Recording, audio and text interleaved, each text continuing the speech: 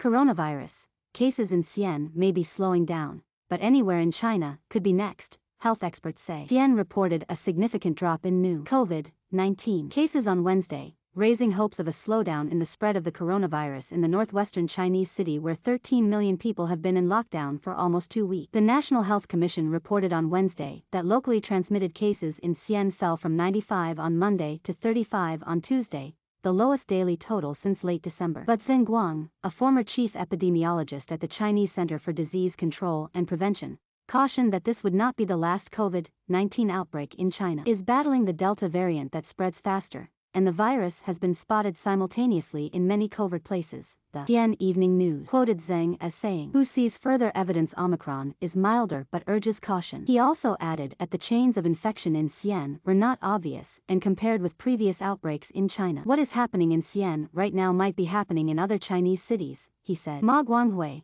deputy director of the Shaanxi Provincial Health Commission, said case numbers over the past few days suggested the outbreaks were coming under control. Although the case number has been high for many days, the rapid rise in COVID-19 spread at that community level has been brought under control compared with the early stages of the outbreak, Ma said on Tuesday. The overall trend is downward. Jin Dongyan, a virologist with the University of Hong Kong, said there was more to interpreting the direction of an outbreak, such as the one in Xi'an, than merely case numbers. It could be a turning point and we hope it is. However, numbers of confirmed cases can fluctuate, he said. It's more informative to look at the onset of disease and at the date of infection, which is more difficult to determine. If a peak of cases based on the onset of disease has already been reached and has already gone down, it's a good sign. However, they might not release all key information, or what they release might be inaccurate. Jin said there was a delay when confirming cases, possibly because multiple tests were being carried out. In fact, most cases were confirmed and they are no longer contagious. Due to the time lag, the drop of confirmed cases likely reflects a much earlier drop in disease onset or virus transmission. If that can be substantiated,